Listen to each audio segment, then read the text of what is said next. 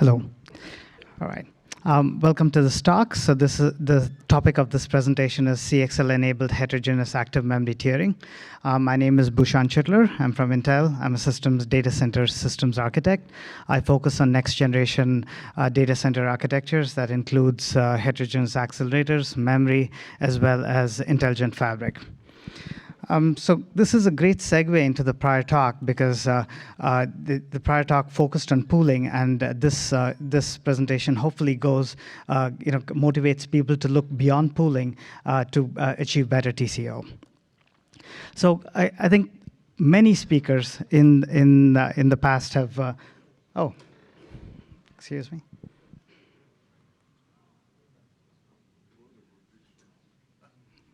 Hi. I think the slide deck isn't showing up.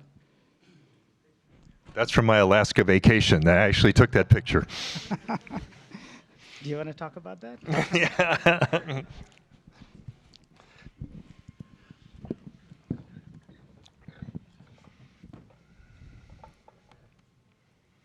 Okay. Do you guys know why it's showing on here, but it's not showing over here?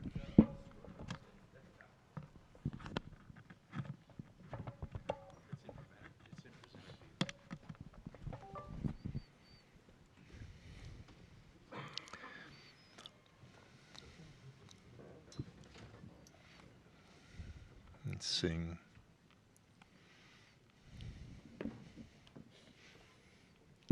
There we go.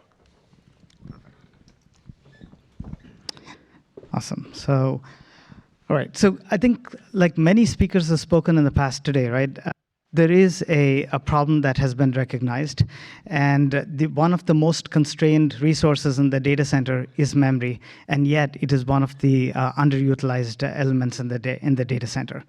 There's been a lot of analysis being done by universities as well as industry, and one such analysis was done by Meta. So and they published a really good paper called TMO, Transparent Memory Offload, in 2022, and so I captured some aspects from that paper and put it on the slide on the left here. They pointed to two aspects. So first is this notion of underutilizing memory. So when an application or a VM requests a certain amount of memory, it does not actually use that whole amount. And so on an average, they said 50 to 60% is the amount that is being used, and the other 40% is just stranded memory. And like the prior speaker said, that stranded memory is not used by the application that requested it.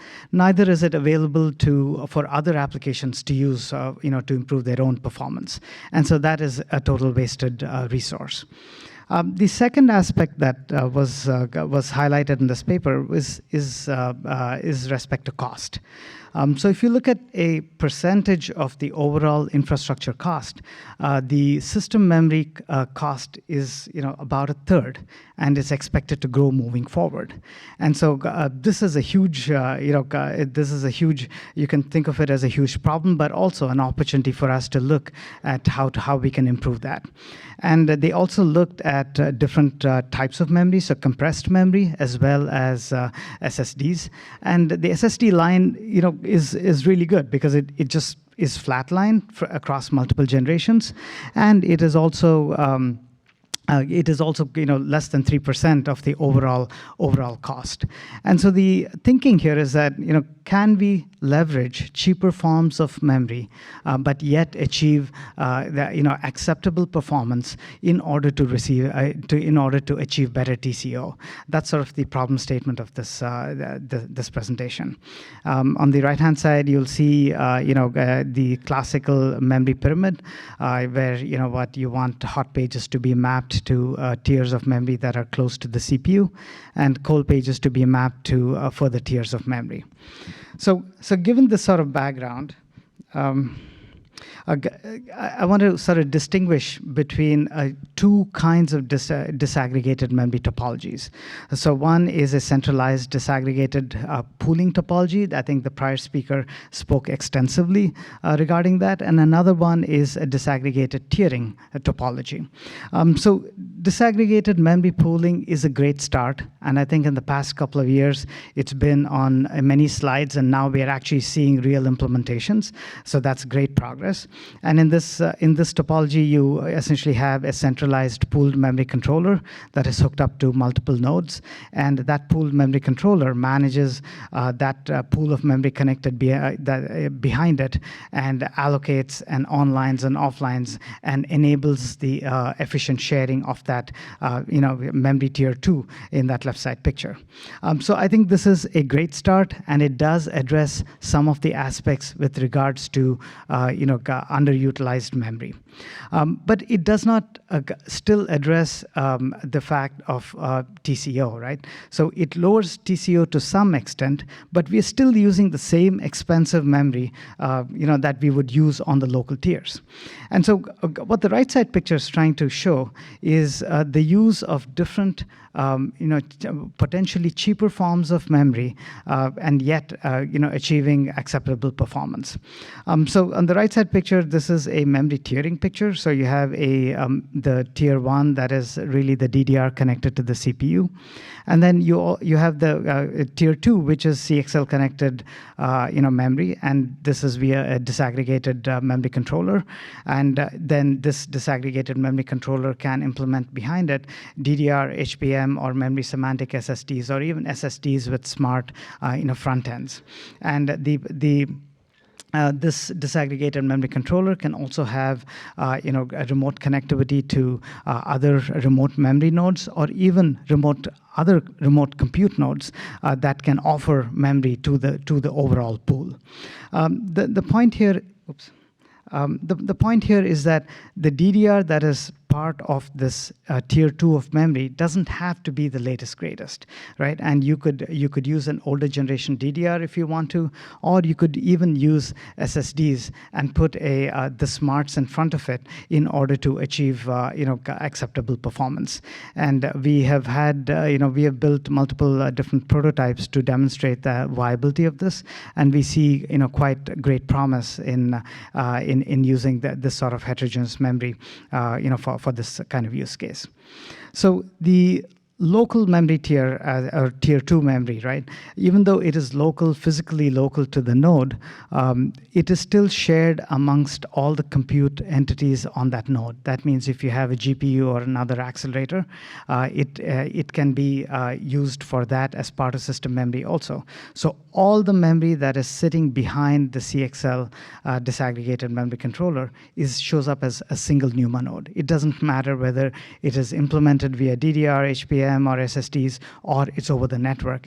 It is still shows up as a single system memory NUMA node, and it is that concept that allows you to seamlessly integrate different heterogeneous memory technologies without having the application or the host to know its exact implementation.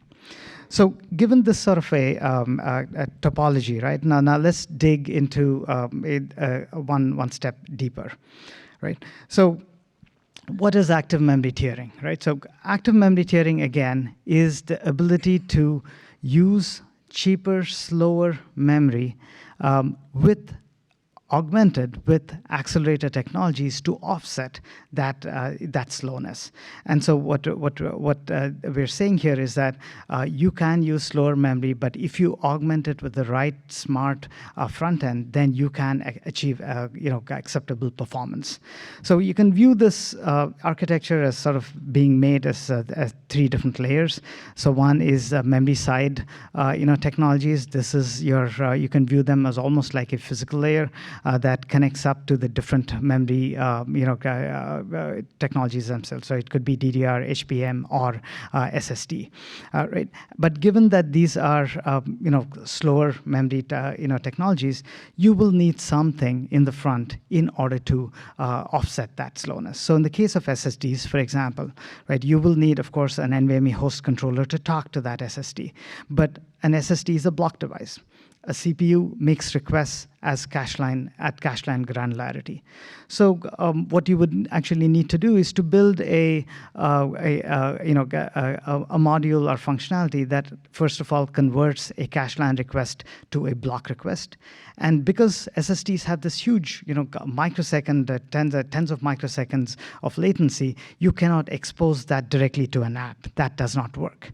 And so what you would need to do is to build a caching layer, right? So you could build a cache in front of that SSD that allows you to read a block, cache it up front, and be able to, get order of magnitude better latencies for sequential accesses and even striding patterns. And this is stuff that we have actually built and demonstrated with internal prototypes.